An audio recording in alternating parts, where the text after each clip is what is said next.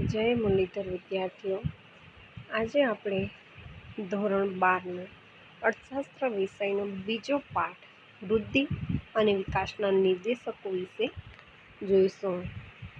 તો બીજા પાઠમાં આપણે કયા કયા પોઈન્ટ વિશેની ચર્ચા કરવાની છે તેના પર સૌપ્રથમ નજર કરીએ.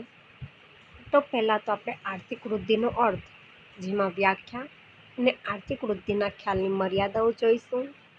ત્યારબાદ આર્થિક વિકાસના અર્થ વિશે, કે જેમાં વ્યાખ્યાઓ, આર્થિક વિકાસના લક્ષણો અને આર્થિક વિકાસના ખ્યાલની મર્યાદાઓ. ત્યારબાદ આર્થિક વૃદ્ધિ અને આર્થિક વિકાસ વચ્ચેનો તફાવત જોઈશું. પછી વિકાસના નિર્દેશકોમાં રાષ્ટ્રીય આવકનો વૃદ્ધિ દર જે છે તે, ત્યારબાદ માથાદીઠ આવકનો વૃદ્ધિ દર, પછી જીવનની ભૌતિક ગુણવત્તામાં સુધારણા, કે જેની અંદર જીવનની ભૌતિક ગુણવત્તા એટલે શું, જીવનની ભૌતિક ગુણવત્તામાં સમાવિષ્ટ થતી બાબતો, જીવનની ભૌતિક ગુણવત્તાનો આંક, જીવનની ભૌતિક ગુણવત્તાના માત્ર ત્રણ બાબતો અંગેના જ કારણો, જીવનની ભૌતિક ગુણવત્તાના આંકની રચના, મહત્વની બાબતો, સકારાત્મક બાબતો, મર્યાદાઓ અને આજની સ્થિતિ. ત્યારબાદ માનવ વિકાસનો આંક, કે જેમાં આપણે માનવ વિકાસ આંકના ઘટકો, મુખ્ય બાબતો, માનવ વિકાસનો અહેવાલ 2015 મુજબ, કેટલાક દેશો માટે માનવ વિકાસના નિર્દેશકો, તેના તારણો, માનવ વિકાસના આંકનું મહત્વ અને મર્યાદાઓ. તો હવે આપણે બીજા પાઠની શરૂઆત પ્રસ્તાવનાથી કરીએ. આર્થિક વિકાસ સાધવો એ વિશ્વના દેશોનું આજે એક સૌથી મહત્વપૂર્ણ ધ્યેય છે. કે આર્થિક વિકાસ સાધવોને એ વિશ્વના દેશોનું સૌથી મોટું અને મહત્વપૂર્ણ ધ્યેય માનવામાં આવે છે. અને તેમાં પણ બીજા વિશ્વયુદ્ધ પછી તો આર્થિક ચિંતનના કેન્દ્રબિંદુ તરીકે તેને ગણવામાં આવે છે. 1939થી 1944ના બીજા વિશ્વયુદ્ધ પછી દુનિયાના વિકાસમંદ દેશોએ તેમની બેકારી, ગરીબી, અસમાનતા, ભૂખમરાની સમસ્યાઓને ઉકેલવા માટે ઝડપી આર્થિક વિકાસ ઉપર ભાર મૂક્યો. ત્યારથી આર્થિક વિકાસ અને આર્થિક વૃદ્ધિ શબ્દ પ્રચલિત બન્યા. કે વિદ્યાર્થીઓ, આપને સૌને ખ્યાલ છે કે વિશ્વમાં 2 યુદ્ધો થઈ ગયા છે, પ્રથમ વિશ્વયુદ્ધ અને દ્વિતીય વિશ્વયુદ્ધ. તો તેમાં પણ જે દ્વિતીય વિશ્વયુદ્ધ થઈ ગયું છે દ્વિતીય વિશ્વયુદ્ધ થઈ ગયું ત્યારબાદ કે બધા જ દેશોની પરિસ્થિતિ આર્થિક દ્રષ્ટિએ ખૂબ જ દયનીય બની ગઈ હતી. કે આર્થિક દ્રષ્ટિએ બધા જ દેશો પડી ભાંગ્યા હતા. કે બધા જ દેશોમાં બેકારી, ગરીબી, અસમાનતા અને ભૂખમરાની સમસ્યાઓ વધતી જતી હતી. ત્યારે આ બધી જ સમસ્યાઓને ઉકેલવા માટે ઝડપી આર્થિક વિકાસ પર બધા જ રાષ્ટ્રોએ ભાર મૂક્યો. ત્યારથી જ આર્થિક વિકાસ અને આર્થિક વૃદ્ધિ એ 2 શબ્દ પ્રચલિત બન્યા. વિકાસમંદ દેશોએ આર્થિક વિકાસ દ્વારા વિકસિત દેશોની સરખામણીમાં માથાદીઠ આવકનો તફાવત ઘટાડવાનું અને જીવન ધોરણ ઊંચું લઈ જવાનું નક્કી કર્યું. ત્યારબાદ આવા દેશોમાં આર્થિક વિકાસ માટેની જાગૃતતા આવી છે. કે વિકાસમંદ દેશો જે છે તેણે આર્થિક વિકાસ દ્વારા વિકસિત દેશોની સરખામણીમાં માથાદીઠ આવકનો જે તફાવત છે તે ઘટાડવા માટેના પ્રયત્નો કર્યા. કે વિકસિત દેશો, આપણને સૌને ખ્યાલ છે કે વિકસિત દેશો જે છે તે ખૂબ જ અગ્રેસર હોય છે. તો એ દેશોની તુલનામાં આવવા માટે, કે એ દેશો સાથે તુલના કરવા માટે અને એ દેશો સાથે સ્પર્ધામાં ઉતરવા માટે, કે જે વિકાસમંદ દેશો છે તેમણે માથાદીઠ આવકનો જે તફાવત છે તે ઘટાડવાનું કામ કર્યું પહેલાં તો. એટલે કે વિકાસમંદ દેશોએ પણ પોતાની માથાદીઠ આવક વધે તેવાના માટેના સતત પ્રયત્ન કર્યા. અને બીજું કે જીવન ધોરણ ઊંચું લઈ જવાનું નક્કી કર્યું. તો ત્યારબાદ આવા દેશોમાં આર્થિક વિકાસ માટેની જે જાગૃતતા છે તે આવતી ગઈ તેમ કહી શકાય. અત્રે એ પણ યાદ રાખવું જોઈએ કે આર્થિક વિકાસની જરૂરિયાત માત્ર વિકસતા રાષ્ટ્રો પૂરતી સીમિત નથી. વિકસિત રાષ્ટ્રોમાં પણ જુદા કારણોસર તે એટલા જ તીવ્ર પ્રમાણમાં જોવા મળે છે. વિકાસમાન રાષ્ટ્રો આર્થિક વિકાસ દ્વારા ગરીબી, બેકારી ઘટાડીને પ્રજાનું જીવન ધોરણ સુધારવાનો ઉદ્દેશ્ય ધરાવે છે. તો વિકસિત રાષ્ટ્રોમાં આર્થિક વિકાસનો હેતુ જીવન ધોરણને જાળવી રાખવાનો છે, જેથી તેમનું ઊંચું જીવન ધોરણ એકધારું જળવાઈ રહે. કે ખાસ કરીને વિકાસમાન રાષ્ટ્રોએ કે આર્થિક વિકાસના પરિબળ દ્વારા જે ગરીબી, બેકારી છે એ બધું ઘટાડી અને પ્રજાનું જે જીવન ધોરણ છે તે ઊંચું આવે તે માટેના પ્રયત્ન કર્યા. અને વિકસિત રાષ્ટ્રોમાં આર્થિક વિકાસનો હેતુ જીવન ધોરણને જાળવી રાખવાનો છે, કે જેથી કરી અને તેમનું જે જીવન ધોરણ છે એકધારું જળવાઈ રહે. તો આ રીતે જોતા આર્થિક વૃદ્ધિના દરની જાળવણી એ વિકસિત દેશોનો પ્રશ્ન છે. વિકસિત દેશોનો પ્રશ્ન શું? કે આર્થિક વૃદ્ધિનો જે દર છે તેને જાળવી રાખવાનો, તેને નીચે નહીં આવવા દેવાનો. જ્યારે ઝડપી આર્થિક વિકાસ એ વિકાસમાન દેશોની પ્રથમ આવશ્યક જરૂરિયાત છે. કે વિકાસમાન રાષ્ટ્રની જરૂરિયાત શું છે? તો કે ઝડપી આર્થિક વિકાસ કરવો. આમ વિકસિત અને વિકાસમાન એ બંને રાષ્ટ્રોની જે જરૂરિયાતો છે તે બદલાઈ ગયેલી છે. તો સામાન્ય રીતે આર્થિક વિકાસ ઇકોનોમિક ડેવલપમેન્ટ અને આર્થિક વૃદ્ધિ ઇકોનોમિક ગ્રોથ બંનેને સમાન ગણવામાં આવે છે. ભૂતકાળમાં આર્થિક વિકાસ અને આર્થિક વૃદ્ધિ શબ્દો એકબીજાના બદલામાં છૂટથી વપરાતા હતા, પરંતુ કેટલાક અર્થશાસ્ત્રીઓ વર્ષોથી આર્થિક વિકાસ અને આર્થિક વૃદ્ધિ બંનેને જુદા ગણે છે. શ્રીમતી ઉર્સુલા હિક્સના મતે વિકાસમાન દેશોના આર્થિક પ્રશ્નોનું નિરાકરણ એ આર્થિક વિકાસ છે, જ્યારે વિકસિત દેશોના આર્થિક પ્રશ્નોનું નિરાકરણ આર્થિક વૃદ્ધિ છે. કે શ્રીમતી ઉર્સુલા હિક્સ નામના જે અર્થશાસ્ત્રી છે તેમનું એવું કહેવું છે કે વિકાસમાન દેશોના આર્થિક પ્રશ્નોનું નિરાકરણ શું છે? તો કે આર્થિક વિકાસ. કે વિકાસમાન દેશોનું કોઈ પણ આર્થિક પ્રશ્નો છે એનું નિરાકરણ આર્થિક વિકાસ કરીને કરી શકાય. અને વિકસિત દેશોમાં જે આર્થિક પ્રશ્નો ઉદ્ભવે છે તો તેનું કારણ કે તેનું નિરાકરણ કરવા માટે કયું પરિબળ આવશ્યક છે? તો કે આર્થિક વૃદ્ધિ. તો હવે પહેલા આપણે આર્થિક વૃદ્ધિનો અર્થ સમજીશું કે આર્થિક વૃદ્ધિ એટલે શું. તો વૃદ્ધિ એટલે આર્થિક વૃદ્ધિ. આર્થિક વૃદ્ધિને સમયના લાંબા ગાળા દરમિયાન અર્થતંત્રમાં ચીજવસ્તુઓના કુલ ઉત્પાદનમાં થતા વધારા સાથે સંબંધ છે. કે હવે આર્થિક વૃદ્ધિ જે છે તેને સમયના લાંબા ગાળા સાથે સાંકળવામાં આવી છે. કે સમયના લાંબા ગાળા દરમિયાન અર્થતંત્રમાં જે ચીજવસ્તુઓ છે એના કુલ ઉત્પાદનમાં થતો જે વધારો છે તેની સાથે તેને સંબંધ છે. કે આર્થિક વૃદ્ધિમાં વાસ્તવિક રાષ્ટ્રીય આવક અને વાસ્તવિક માથાદીઠ આવકમાં નિરંતર વધારો થાય છે. કે આર્થિક વૃદ્ધિ જે જ્યારે થઈ રહી હોય ત્યારે વાસ્તવિક રાષ્ટ્રીય આવક અને વાસ્તવિક માથાદીઠ આવક આ બંને જે બાબતો છે તેમાં નિરંતર વધારો થતો જોવા મળે છે. આ વૃદ્ધિ માટે જમીન, મૂડી, શ્રમ, નિયોજન શક્તિ જેવા ઉત્પાદનના સાધનોના પુરવઠા અને ગુણવત્તામાં થતો વધારો જવાબદાર હોય છે. બીજા શબ્દોમાં કહીએ તો ઉત્પાદનના સાધનોની ઉત્પાદકતાનો વધારો જવાબદાર હોય છે. ટૂંકમાં કહીએ તો દેશના ઉત્પાદનના સાધનોના પુરવઠામાં તેમની પ્રાપ્તિમાં વધારો થતો હોય અને સાધનોની ઉત્પાદકતા, કાર્યક્ષમતા વધતી હોય અને તેનાથી વાસ્તવિક રાષ્ટ્રીય આવક અને વાસ્તવિક માથાદીઠ આવક સતત વધતી હોય તે આર્થિક વૃદ્ધિ છે તે કહેવાય. કે ખાસ કરી અને દેશના ઉત્પાદનના જે સાધનોનો પુરવઠો છે તે ને તેમની પ્રાપ્તિમાં જો વધારો થતો હોય અને ખાસ કરી અને સાધનો દ્વારા જે વસ્તુઓ કે જે કોઈ પણ ઉત્પાદન કરવામાં આવે છે એ ઉત્પાદકતાની કાર્યક્ષમતા પણ વધતી હોય તો એના દ્વારા વાસ્તવિક રાષ્ટ્રીય આવક ને વાસ્તવિક માથાદીઠ આવક સતત વધતી હોય છે.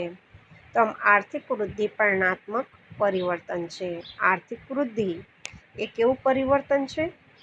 પરિણાત્મક પરિવર્તન છે. આર્થિક વૃદ્ધિ એ વધુ ઉત્પાદન, કાચી રાષ્ટ્ર પેદાશમાં દર વર્ષે થતો વધારો દર્શાવે છે, જેના દ્વારા દેશની આર્થિક સ્થિતિનું ચિત્ર રજૂ થાય છે. દુનિયાના બે દેશો વચ્ચેની આર્થિક સરખામણીનું મૂલ્યાંકન કરવામાં પણ તે ઉપયોગી સાબિત થાય છે. હવે આપણે આર્થિક વૃદ્ધિની વ્યાખ્યાઓ જોઈશું. તો સૌ પ્રથમ આપણે હેન્સનના મતે જોઈએ આર્થિક વૃદ્ધિની વ્યાખ્યા. કે હેન્સનના મતે આર્થિક વૃદ્ધિ એટલે રાષ્ટ્રીય આવકનો વૃદ્ધિ દર અથવા વસ્તુઓ અને સેવાઓના કુલ ઉત્પાદન પ્રમાણમાં થતો વધારો. કે આર્થિક વૃદ્ધિ જે છે તે રાષ્ટ્રીય આવકના વૃદ્ધિ દરમાં અથવા તો વસ્તુ અને સેવાનું જે કુલ ઉત્પાદનનું પ્રમાણ છે તેમાં જે સતત વધારો થાય છે તેને આર્થિક વૃદ્ધિ કહેવાય. ત્યારબાદ સાયમન બુઝનેટ્સના મત મુજબ કે પ્રજાને વધુને વધુ વૈવિધ્યપૂર્ણ આર્થિક ચીજવસ્તુઓનો પુરવઠો પૂરો પાડવાની દેશની શક્તિમાં લાંબા ગાળા માટે થતો વધારો આર્થિક વૃદ્ધિ છે. કે કોઈપણ દેશની પ્રજા જે છે તેને વધુ વૈવિધ્યપૂર્ણ એટલે કે વિવિધતા ધરાવતી આર્થિક ચીજવસ્તુઓ જે છે તેમનો પુરવઠો પૂરો પાડવાની દેશની જે શક્તિ છે તે લાંબા ગાળા માટે હોય તો તેને આર્થિક વૃદ્ધિ કહેવાય. હવે આપણે આર્થિક વૃદ્ધિના ખ્યાલની મર્યાદાઓ વિશે જોઈશું. કે પહેલું છે કે આર્થિક વૃદ્ધિમાં માત્ર પરિણાત્મક પરિવર્તનો જ ધ્યાનમાં લેવામાં આવે છે. કે ખાસ કરીને આર્થિક વૃદ્ધિ જે છે તેમાં માત્ર ખાલી પરિણાત્મક પરિવર્તનોને જ ધ્યાનમાં લેવામાં આવ્યા છે. પછી બીજું છે કે આર્થિક વૃદ્ધિમાં રાષ્ટ્રીય આવક અને માથાદીઠ આવક વધે છે, પણ સંસ્થાકીય અને મનોવૈજ્ઞાનિક વલણો યથાવત રહે છે. કે આર્થિક વૃદ્ધિમાં આપણે અગાઉ વ્યાખ્યાઓમાં જોયું તો ખાલી રાષ્ટ્રીય આવક અને માથાદીઠ આવક ઉપર જ માત્ર ખાલી ભાર મૂકવામાં આવ્યો છે, જ્યારે સંસ્થાકીય અને મનોવૈજ્ઞાનિક જે વલણો છે એને કોઈ પણ રીતે અહીંયા કણે સંભાળવામાં નથી આવ્યા, તો એની મર્યાદા બને છે. ત્યારબાદ ત્રીજી મર્યાદા છે કે આર્થિક વૃદ્ધિનો ખ્યાલ મર્યાદિત છે, તે માત્ર ઉત્પાદનમાં થતો વધારો અને વધારાનું પ્રમાણ દર્શાવે છે. કે આર્થિક વૃદ્ધિનો ખ્યાલ જે મર્યાદિત છે તે માત્ર ખાલી ઉત્પાદનમાં થતો વધારો અને તેના વધારાનું પ્રમાણ દર્શાવે છે. પછી ચોથું છે કે લોકોનું કલ્યાણ તેમજ તેમાં થતા ફેરફારો જાણવા માટે આર્થિક વૃદ્ધિનો ખ્યાલ બહુ ઉપયોગી બનતો નથી. કે લોકોનું જે કલ્યાણ છે તેમજ તેમાં જે થતા ફેરફારો છે તેને જાણવા માટે આર્થિક વૃદ્ધિનો ખ્યાલ આપણને બહુ વધારે ઉપયોગી થતો નથી. હવે આપણે આર્થિક વિકાસનો અર્થ જોઈશું. કે વિકાસ એટલે આર્થિક વિકાસ. કે આજે એશિયા, આફ્રિકા અને લેટિન અમેરિકાના દેશો આર્થિક વિકાસ માટે સક્રિય બન્યા છે. ત્યારે આપણે સમજવું જોઈએ કે આર્થિક વિકાસ ખરેખર શું છે.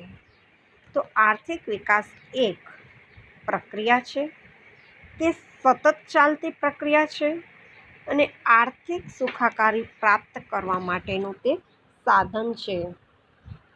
કે આર્થિક વિકાસ જે છે તે એક પ્રક્રિયા છે અને તે સતત ચાલે છે, કે તે ક્યારેય પણ બંધ થતી નથી. આર્થિક સુખાકારી પ્રાપ્ત કરવાનું સાધન પણ છે. તો તેથી આર્થિક વિકાસ શબ્દનો વ્યાપ એટલો મોટો છે કે આર્થિક વિકાસમાં આર્થિક વૃદ્ધિ, આર્થિક સુખાકારી અને આર્થિક પ્રગતિ પણ સમાઈ જાય છે. આર્થિક વિકાસ દરમિયાન પણ વાસ્તવિક રાષ્ટ્રીય આવક અને વાસ્તવિક માથાદીઠ આવક વધે છે. પણ આર્થિક વિકાસ એ માત્ર પરિમાણાત્મક ફેરફારો નથી, તેમાં આવકના વધારાની સાથે કેટલાક ગુણાત્મક ફેરફારો પણ થાય છે. કે આપણે અગાઉ આર્થિક વૃદ્ધિમાં જોયું તેમ વાસ્તવિક રાષ્ટ્રીય આવક અને વાસ્તવિક માથાદીઠ આવક જ માત્ર વધે છે, પરંતુ આર્થિક વિકાસમાં રાષ્ટ્રીય આવક, વાસ્તવિક માથાદીઠ આવક વધે છે અને તેની સાથે સાથે વર્ણાત્મક ફેરફારો જ નહીં પરંતુ ગુણાત્મક ફેરફારો પણ થાય છે. તો વિકાસ એ વૃદ્ધિ કરતાં વિશેષ છે કે વિકાસ જે છે એ વૃદ્ધિ કરતાં વિશેષ છે અને ખાસ કરી અને વિકાસ એ બહુમુખી પ્રક્રિયા છે. વિકાસની પ્રક્રિયા દરમિયાન દેશનું દેશનું આર્થિક અને સામાજિક માળખું બદલાય છે.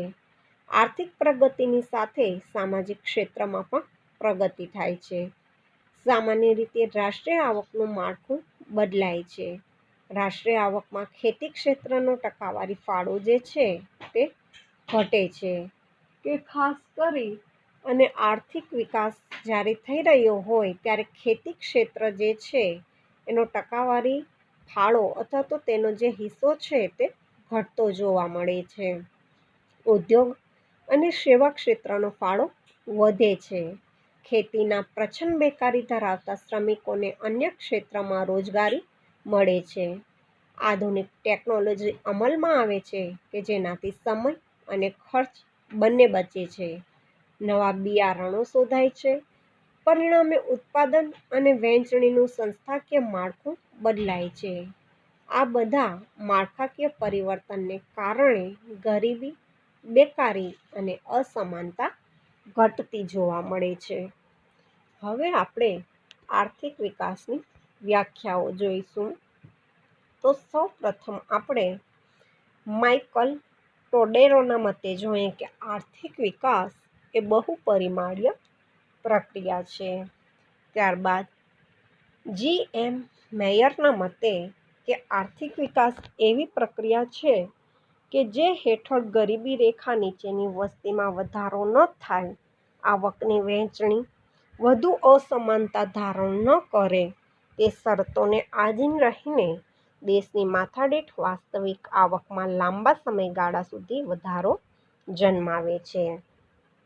કે આર્થિક વિકાસ એક એવી પ્રક્રિયા છે કે જે ગરીબી રેખાની નીચેની જે વસ્તી છે તેમાં વધારો ન થવો જોઈએ, આવકની જે વહેંચણી છે તે વધુ અસમાન ન થાય તે બાબતને પણ ધ્યાનમાં રાખવાનું છે અને ઘણી બધી શરતોને ધ્યાનમાં રાખી અને દેશની માથાદીઠ વાસ્તવિક આવકમાં લાંબા સમયગાળા સુધી વધારો જન્માવતી જે પરિબળ અથવા તો પ્રક્રિયા તે આર્થિક વિકાસ છે. ત્યારબાદ મેકલકના મતે જોઈએ કે વસ્તી સ્થિર હોય કે સતત વધતી હોય પરંતુ ઉત્પાદનના સાધનો તથા ઉત્પાદનની રીતમાં ફેરફાર જન્માવતી એવી પ્રક્રિયા છે કે જેને લીધે માથાદીઠ આવકમાં સતત વધારો થતો હોય અને લોકોનું જીવન ધોરણ ઊંચું જતું હોય તો દેશનો આર્થિક વિકાસ થઈ રહ્યો છે તેમ કહેવાય. કે વસ્તી સ્થિર હોય કે સતત વધતી હોય પરંતુ ઉત્પાદનના જે સાધનો છે અને ઉત્પાદનની જે રીતો છે તેમાં ફેરફાર જન્માવતી જે પ્રક્રિયા છે કે જેને કારણે લોકોની માથાદીઠ આવકે વધે છે અને લોકોનું જે જીવન ધોરણ છે તે ઊંચું આવે છે તો એ બાબતને આર્થિક વિકાસ કહી શકાય. હવે આપણે આર્થિક વિકાસના લક્ષણો જોઈશું. તો પહેલું જ લક્ષણ છે કે આર્થિક વિકાસ એ સતત ચાલતી પ્રક્રિયા છે. કે આર્થિક વિકાસની પ્રક્રિયા ચોક્કસ દિશામાં નિયત ક્રમમાં ધીમી પણ મજબૂત પ્રક્રિયા છે. કે કોઈપણ દેશમાં વિકાસની પ્રક્રિયા શરૂ કરવાનું કામ સરળ છે પણ તે જાળવી રાખવું મુશ્કેલ છે. સામાન્ય રીતે વિકાસની પ્રક્રિયા શરૂઆતમાં ઝડપી હોય છે પણ સમય જતાં વિકાસની પ્રક્રિયા ધીમી પડે છે. કે આર્થિક વિકાસની જે પ્રક્રિયા છે તે ચોક્કસ દિશામાં નિયત ક્રમમાં જ ધીમી પણ મજબૂત પ્રક્રિયા છે કે તે ક્યારેય પણ બંધ પડતી નથી અને કોઈપણ દેશમાં વિકાસની પ્રક્રિયા શરૂ કરવાનું કામ સરળ છે પણ તેને જાળવી રાખવું જે છે તે ખૂબ જ કઠિન છે. કારણ કે શરૂઆતમાં જ્યારે નવા કાર્ય કરવાના હોય છે ત્યારે બધાય કરતા હોય છે પરંતુ એ વિકાસની પ્રક્રિયા પછી સમય જતાં અટકી ન પડે તે બાબતનું ખાસ ધ્યાન રાખવાનું હોય છે. અને ખાસ કરી અને વિકાસની પ્રક્રિયા શરૂઆતમાં ખૂબ જ ઝડપી જોવા મળે છે અને સમય પસાર થતાં ધીમી થતી જતી હોય છે. ત્યારબાદ બીજું લક્ષણ છે પરિણાત્મક અને ગુણાત્મક પરિવર્તન થાય છે. કે આર્થિક વિકાસમાં ઉત્પાદનનો વધારો એટલે કે પરિણાત્મક અને સંશોધનો દ્વારા વસ્તુની ગુણવત્તામાં સુધારો જેવા ગુણાત્મક પરિવર્તનો પણ થાય છે. પરંતુ ગુણાત્મક પરિવર્તનો વધારે થાય છે. કે આર્થિક વિકાસમાં ઉત્પાદનમાં જે વધારો છે એ પરિણાત્મક સંશોધનો દ્વારા વસ્તુની ગુણવત્તામાં સુધારો અને એના જેવા ગુણાત્મક પરિવર્તનો થાય છે. પરંતુ પરિણાત્મક પરિવર્તનો કરતાં ગુણાત્મક પરિવર્તનો વધારે પ્રમાણમાં જોવા મળે છે. ત્યારબાદ ત્રીજું લક્ષણ છે માંગમાં પરિવર્તન આવે છે. કે વિકાસ થવાથી લોકોની આવક વધે છે, એટલે કે લોકોની રુચિ પણ બદલાય છે. કે લોકો પાસે આવક વધે તો લોકો મોજ શોખ કરવા પાછળ વધારે પોતાનો ખર્ચ કરે છે. પરિણામે માંગ બદલાતી હોય છે. અને વિકાસની શરૂઆતના તબક્કામાં પ્રાથમિક વસ્તુની માંગ ઝડપી વધે છે. ત્યારબાદ મોજ શોખ અને સુખ સગવડની વસ્તુની માંગ વધે છે. કે વિકાસની શરૂઆત જ્યારે થાય છે ત્યારે તેના પ્રાથમિક તબક્કામાં વસ્તુની જે માંગ છે તે ઝડપથી કે પ્રાથમિક વસ્તુઓ જે છે એની માંગ ઝડપથી વધે છે. અને ત્યારબાદ લોકો પોતાનું મોજ શોખ અને સુખ સગવડની વસ્તુની માંગ કરે છે. ચોથું લક્ષણ છે શ્રમની ગતિશીલતા વધે છે. કે વિકાસને કારણે શિક્ષણ વધતા શ્રમની ગતિશીલતામાં વધારો થાય છે. ત્યારબાદ પાંચમું લક્ષણ છે મૂડી સર્જનમાં વધારો થાય છે. કે વિકાસથી જુદી જુદી વસ્તુઓની માંગ વધે છે અને નવા સાહસિકો આગળ આવે છે. તેથી મૂડી સર્જન અને મૂડીરોકાણના દરમાં મોટો વધારો થાય છે. ત્યારબાદ છઠ્ઠું લક્ષણ છે ટેકનોલોજીમાં ફેરફાર થાય છે. કે વિકાસ થતાં અગ્નિ અને પાણી ઉપર આધારિત ટેકનોલોજીને બદલે કોલસા, લોખંડ ઉપર આધારિત ટેકનોલોજી અપનાવતા વિકાસ દર ઝડપી બને છે. કે ટેકનોલોજીમાં જ્યારે ફેરફાર થાય છે ત્યારે વિકાસ થતાં જે અગ્નિ અને પાણી ઉપર આધારિત ટેકનોલોજી હતી તેને બદલે કોલસા અને લોખંડ ઉપર આધારિત ટેકનોલોજીનો ઉપયોગ કરવાને કારણે વિકાસ દર ઝડપી બનતો હોય છે. અને સાતમું લક્ષણ છે અમુક તબક્કા બાદ વિકાસની પ્રક્રિયા સ્વયંભૂ થાય છે. કે અમુક તબક્કા પસાર થઈ ગયા બાદ વિકાસની જે પ્રક્રિયા છે તે સ્વયંભૂ એટલે કે સ્વયં પોતાની રીતે થતી હોય છે. ત્યારબાદ હવે આપણે આર્થિક વિકાસના ખ્યાલની મર્યાદાઓ જોઈશું. તો પહેલી મર્યાદા છે કે આર્થિક વિકાસ દેશની પ્રગતિને દર્શાવી શકે છે. આર્થિક બાબતોની સ્થિતિ દર્શાવી શકે છે, પરંતુ તે સાચા અર્થમાં માનવ વિકાસની ચર્ચા કરી શકતું નથી. તેથી માનવ પ્રગતિનું માપદંડ બની શકતું નથી. કે આર્થિક વિકાસ જે છે તે દેશની પ્રગતિને દર્શાવે છે, આર્થિક બાબતોની સ્થિતિને દર્શાવે છે, પરંતુ તે સાચા અર્થમાં માનવ વિકાસની ચર્ચા નથી કરી શકતું. તો તેના કારણે કે માનવ પ્રગતિ કેટલા પ્રમાણમાં થઈ, કેટલા અંશે થઈ તે નથી દર્શાવતું. તો તેને કારણે માનવ પ્રગતિનું માપદંડ નથી બની શકતું. ત્યારબાદ બીજી મર્યાદા છે કે આર્થિક વિકાસને આર્થિક વૃદ્ધિની જેમ માપી શકાતું નથી. કે આર્થિક વૃદ્ધિને જે આંકડાકીય રજૂઆત કરી શકીએ છીએ તેમ આર્થિક વિકાસને આંકડાકીય રજૂઆત સરળતાથી આપી શકાતી નથી. આર્થિક વિકાસને માપવાનું કાર્ય ખૂબ મુશ્કેલ છે, કારણ કે આર્થિક વિકાસમાં સમાજમાં આવેલા પરિવર્તનોનો પણ સમાવેશ થાય છે. તેનું માપ કાઢવાનું કાર્ય ખૂબ મુશ્કેલ છે. ત્યારબાદ ત્રીજી મર્યાદા છે કે આર્થિક વિકાસ થાય તો પ્રજાનું જીવન ધોરણ ઊંચું આવે. આજે ભારતમાં આર્થિક વિકાસ થાય છે છતાં પ્રજાના જીવન ધોરણમાં ખૂબ સુધારો થયો નથી. એટલે વિકાસ એટલે જીવન ધોરણમાં સુધારો એવું કહી શકાય નહીં. કે આર્થિક વિકાસ થાય તો પ્રજાનું જીવન ધોરણ ઊંચું આવે, તો આપણે એમ કે ભારતમાં આર્થિક વિકાસ થાય છે, છતાં પણ પ્રજાનું જે જીવન ધોરણ છે એમાં ખૂબ સુધારો કે વધારો નથી જોવા મળતો. એટલે આર્થિક વિકાસ એટલે જીવન ધોરણમાં સુધારો થાય જ છે એવું આપણે સ્પષ્ટપણે કહી શકતા નથી. તો હવે આપણે વૃદ્ધિ અને વિકાસ વચ્ચેનો તફાવત જોઈશું કે આર્થિક વિકાસ એ આર્થિક વૃદ્ધિ કરતાં કંઈક વિશેષ છે, એટલે કે વધારે છે.